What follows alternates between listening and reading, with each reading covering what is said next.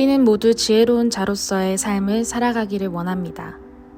그러기 위해서는 우리는 하나님의 지혜가 필요합니다. 야고보서 3장 13절부터 18절에서는 두 가지의 지혜의 모습을 나타냅니다. 세상적인 지혜와 하나님의 지혜입니다. 야고보가 말하는 세상적인 지혜의 모습은 땅에 속한 것과 육신에 속한 것, 그리고 악마에게 속한 것이라고 말합니다. 세상적인 지혜의 시선으로 삶을 살아가게 될 때 우리는 자기중심적인 삶을 살아가게 됩니다. 그렇다면 자기중심적인 삶의 결과의 모습은 어떤 모습일까요? 야고보는 혼란과 악한 행위의 결과를 나타내게 된다고 말합니다.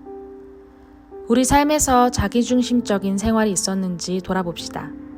학교에서, 직장에서, 가정에서, 그리고 우리 생활 곳곳에 자기중심적인 삶은 없었을까요? 제가 운전면허를 따기 전 러너를 붙이고 연습을 하던 시기에 옆 차선으로 차선을 바꿔야 했었지만 저의 앞에 있는 차는 전혀 저에게 양보해주지 않았던 적이 있었습니다. 그때 저는 면허를 딴다면 꼭 러너에게 양보해줘야겠다라고 생각했었습니다. 하지만 면허를 딴 후 러너를 보게 되면 저를 비켜주지 않았던 그 차처럼 러너보다 더 빨리 가야 한다는 마음이 들어 비켜주지 않는 저를 발견합니다. 이렇듯 자기중심적인 삶의 결과는 악한 모습 혹은 악한 마음입니다. 야고보는 우리에게 이렇게 권면합니다. 약한 마음은 하나님에게서 오는 것이 아닌 악마에게 속한 것이라고 말합니다. 창세기 3장에서 뱀이 하와에게 하나님의 지혜가 아닌 자신의 지혜를 믿으라고 유혹한 것처럼 오늘날 우리 모두의 삶에서 똑같이 일어나고 있습니다. 하나님의 지혜보다 스스로의 지혜를 더 믿으려고 하지는 않으신가요? 반면에 야고보는 우리는 하나님의 지혜로 살아가야 한다고 권면합니다. 야고보서 1장 5절 말씀에서 여러분 가운데 누구든지 지혜가 부족하거든 모든 사람에게 아낌없이 주시고 나무라지 않으시는 하나님께 구하십시오 라고 말합니다. 우리는 지혜가 필요할 때에 하나님께 지혜를 구하는 자가 되어야 합니다. 하나님의 지혜를 구하는 삶은 하나님 중심적인 삶을 살아가게 됩니다. 그 결과 우리는 순결하고 평화스럽고 친절하고 온순하고 자비와 선한 열매가 풍성하고 편견과 위선이 없는 자의 삶을 살아가게 됩니다.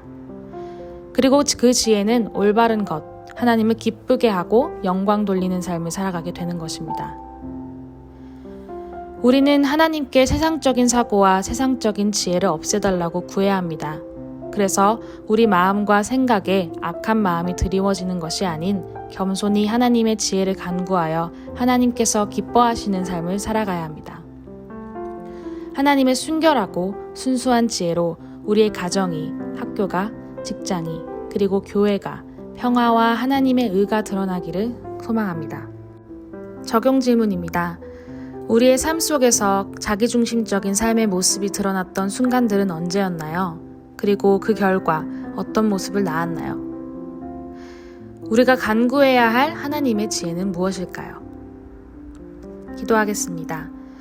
우리의 지난 날 하나님의 지혜를 구하지 않으며 살아갔음을 고백하며 회개합니다. 우리가 가지고 있는 죄의 습성과 죄의 올무에서 벗어날 수 있도록 인도하여 주시고 우리의 삶이 하나님께서 기뻐하시는 삶을 살아갈 수 있도록 인도하여 주세요.